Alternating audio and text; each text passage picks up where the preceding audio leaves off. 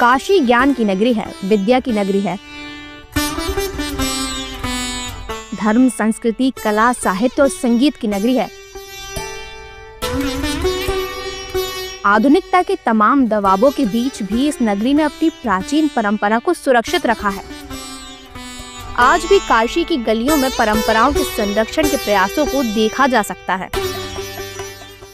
इन्हीं परंपराओं का उदाहरण बना है एक 19 वर्ष का वेद पाठी बालक, जिसने आज कई शताब्दियों के इतिहास को फिर से दोहराया है, जो पिछले 200 वर्षों में कोई नहीं कर पाया।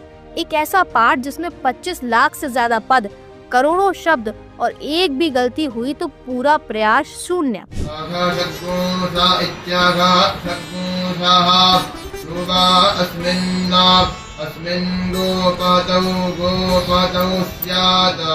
बिना ग्रंथ देखे और बिना किसी त्रुटि के एक ही बराबर गति से सीधे भी और उल्टे भी, उस युवक का नाम है देवव्रत महेश रेखे। महाराष्ट्र के अहिल्या नगर से आने वाले ये वेद पाठी युवक वर्तमान में काशी यानी वाराणसी के वल्लभराम शालिग्राम संवेद विद्यालय में वेदों का अध्ययन कर रहे हैं। उनके पिता और दादा दोनों वेद परंपरा में निपुण हैं और वास्तव में यह उपलब्धि उनके पूरे परिवार परंपरा की तपस्या का परिणाम है।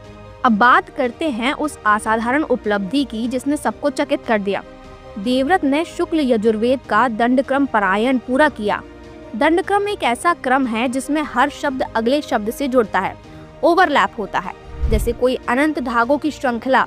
इस बारे में आचार्य पंडित बलदेव उपाध्याय ने अपनी पुस्तक में विस्तार से बताया है। ये प्रयास इतना कठिन है कि एक छोटी सी चूक भी पूरे पाठ को निरर्थक कर सकती है, और यही पाठ देवव्रत ने किया। इस पूरे दंडक्रम पारायण पाठ को कुल 50 दिन 650 घंटों में पूरा किया गया, और यही कारण है कि वेद मूर्ति नारायण शास्त्री देव के 200 वर्ष बाद भी इस पाठ को करने में कोई भी असमर्थ रहा।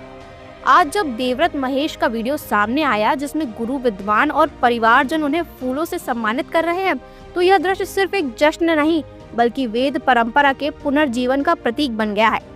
देवव्रत महेश द्वारा की गई ये क्रिया यूनेस्को वर्ल्ड हेरिटेज में भी दर्ज की गई है, जिसके बाद अब काशी के विद्वान ब्राह्मण उन्हें दंडक्रम विक्रमादित्य की उपाधि से सम्मानित करने वाले हैं।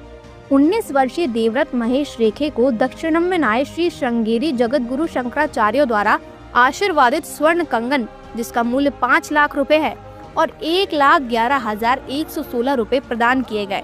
यह उपाधि केवल सम्मान नहीं, सैकड़ों वर्षों की परंपरा और ज्ञान संस्कृति की विजय का प्रतीक है।